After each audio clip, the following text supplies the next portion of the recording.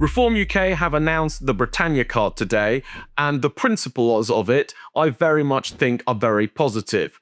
They've realised that if you try and dictate to millionaires, then they leave. Secondly, they've probably looked at the success of Italy's policy and how they've seen non-doms moving to Milan and then benefiting the amount of tax revenue that they gain. In general, I agree with their principle that you shouldn't have this culture of begrudging anyone who's made money because they then leave and you get less tax revenue.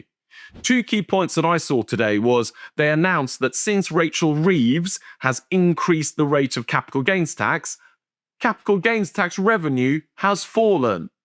This is why I've been saying in many videos how we should treat the rich is similar to what Reform are trying to do, but you offer them a compelling investment to sell their foreign assets at a reduced level of capital gains tax, as long as they invest then in affordable housing or other things for the public good. So then you motivate them to want to pay this tax, and then you get a load of money for affordable housing and other good projects that we need. Secondly, Nigel Farage also mentioned that when they go door knocking, they speak to people who are working hard and they hate the fact that they see someone down the road on benefits with the same standard of living. This again is why I've done a video on why we should be cutting the size of the welfare state. We should leave the disabled and pensioners alone.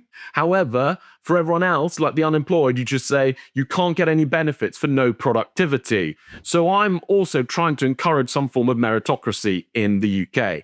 So in truth, I welcome what Reform UK have announced today because they're trying to change the British culture that just begrudges anyone who's been successful, and the result of that is we get lower tax revenue. However, I would have done something slightly different, but I approve of Reform UK's principle and their attitude to wanting to welcome people here who are rich and successful rather than turning away, thinking you've got the moral high ground on them, and instead you end up with less tax revenue.